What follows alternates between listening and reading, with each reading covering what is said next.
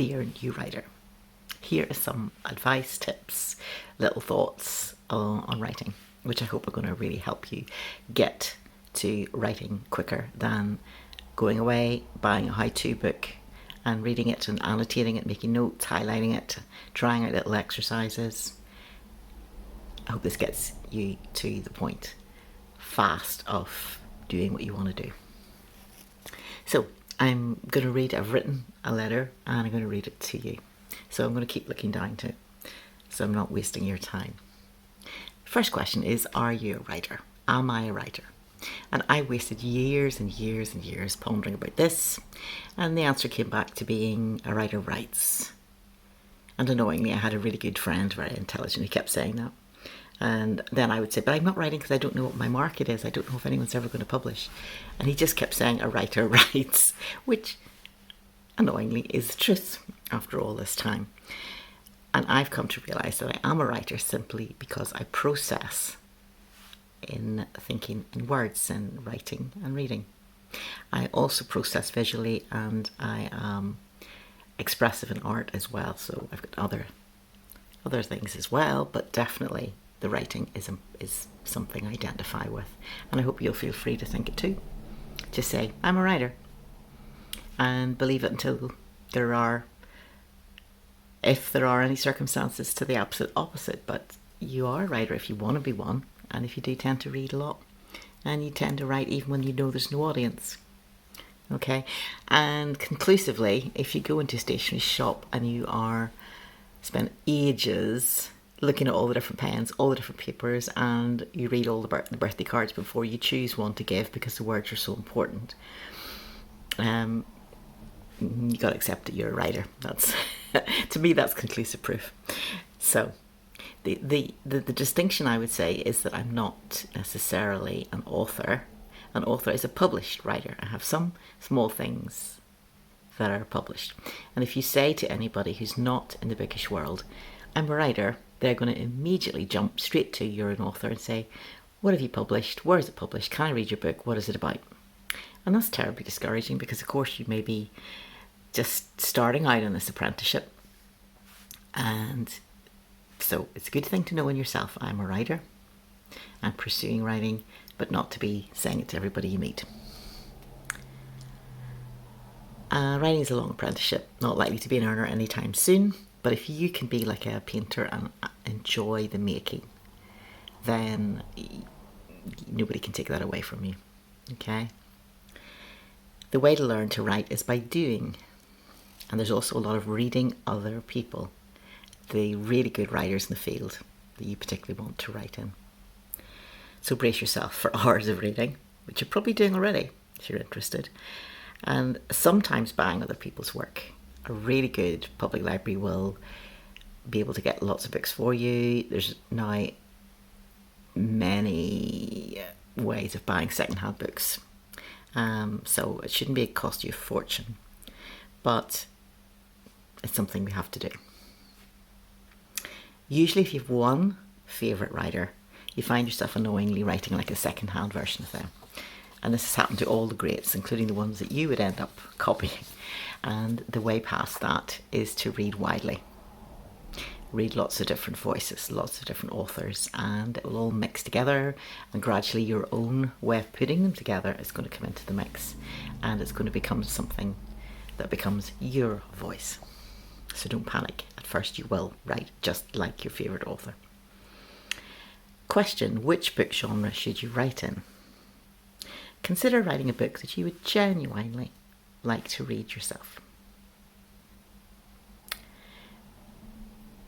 Try writing one short story a week rather than starting a novel. A novel is a really long endurance race. And that advice came from Ray Bradbury. There's a really good video I'll give a link to. And he said, write one short story a week. You'll very quickly learn to find an idea, write it, finish it, edit it maybe even, move on to the next thing. And that if you did that, you would have written 52 stories, and at least a few of those should be actually really good. Okay? And if it sounds like a long thing to write for a year, a book is about a year too, quite often. and also lots of revisions. So it's actually a bit of a shortcut. And often your first book is just getting an idea of the length and understanding how the different parts fit together. So even if you sit and slave over your first book for 5 years, you may in the end find that it's a bit of a mess, and your second book is great because you've got the hang of it all. Okay, I'd suggest you go to a good sized public library and check around the books in the genre areas you want to write in. Well, who's writing in the books in the area you want to, and borrowing maybe several from each and seeing what they're like. Now, libraries keep the classical books, and they also tend to keep the books published up to a year ago, but you're also going to want to go and find out the very latest publications in your area, the genre, and that would mean going to maybe a good sized bookshop, bricks and mortar, and see what's slap bang up to date. And here's a really great trick, which I've heard of: to go to the bookshelves, go to the genre you want to write in, and find where your book would go alphabetically by an author. Okay? If your book was written and it was published, and look at the books either side of your own name. Would you be able to write an interesting book that would fit in between them both and not look out of place, but yet be slightly different enough to be worth reading? That's a really good one to do when you're getting near the end of a book. I don't actually read science fiction, fantasy, YA, which is very popular but involves entire world building. And I really want to recommend a guy called Brandon Sanderson, who lectures in creative writing, and he's put up lectures on his own YouTube channel, which will be a great way to hear and learn about how to write for that particular genre. He's very approachable. He's very likeable. He knows his stuff, and his lectures are still just full of all that help, and they're not convoluted, difficult academic language. So listen to one, see how you get on with it. If you are already doing factual talks, just be conscious that it's a very different look and feel, what is spoken and what is more storytelling, more direct, more person to person. And stories are wildly different from teaching, because teaching has a point and it goes through logically and develops it, and there you go. But a story is engaging with the reader and their imagination.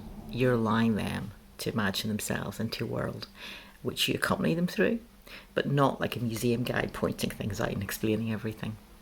Okay, you just open doors into rooms. Then just start writing.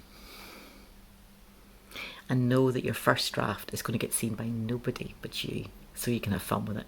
You can, even if you can't think what to write, you can make a note, write something exciting here, or character B and C fight here, and move on to the bit that you know you want to write and you know what the words are for.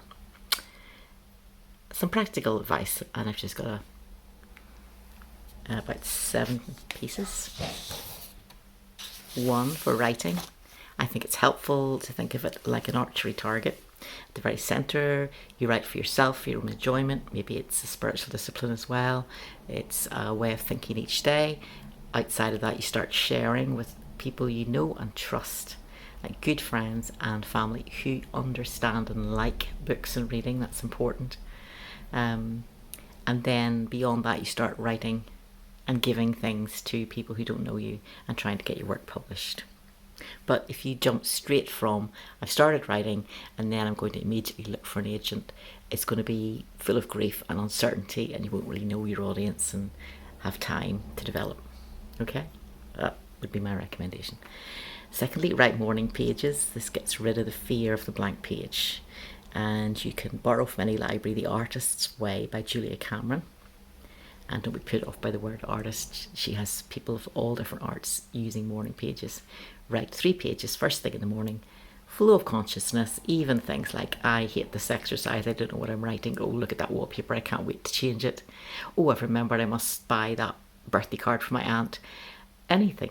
And then you close that, and that will have got your brain waked up and alert to the day. 3, find what writing tools you like, the software you want to write with, or if you want to write in paper.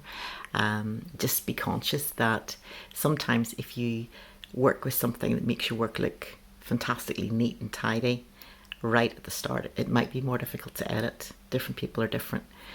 In the past, often writers would handwrite, scribble, cross out, and then finally get it typed up, edit it a bit more, and then get it printed.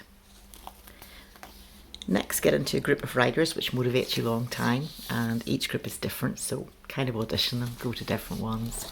I was in one at the start which was full of people who were enjoying meeting socially, and I was itching to get published, and it just frustrated the life out of me. You know, they just listened to what I wrote and enjoyed it and were favourable, and I would be going, yes, but give me feedback, give me critique. And it was a wrong group. So find your group. Another thing I would say is that it's a bit of a long distance effort writing, that your emotions go up and down. Sometimes you feel I'm writing well, I'm writing great. Other times you feel it's like wading through treacle, what you've written is horrible. Just try and keep writing as much as you can. Try and keep it regular rather than saving a week's holiday and then going off and then suddenly finding you don't know where to start. It's like a muscle. You do your exercises daily rather than taking a week off work and exercising non-stop. It's just kind of like that. Looking for writing groups, try your local library and also try Eventbrite for groups. Just look up writing groups and type in your area name. Then reading out what you've written aloud will immediately let you know where things trip up, where they don't flow very well. It's very simple. And finally, I've made a whole group of short videos about writing, so maybe listening to one now and then might be good for getting you in the mood or encourage you. So you just go to my YouTube channel and click on the playlist for writing and you will find some. So lots of practical tips. Have a go. Hope it goes well. Put a wee comment to this video if you find it useful or if you've other questions. And all the best with your writing. Yours sincerely, Heather Gregg.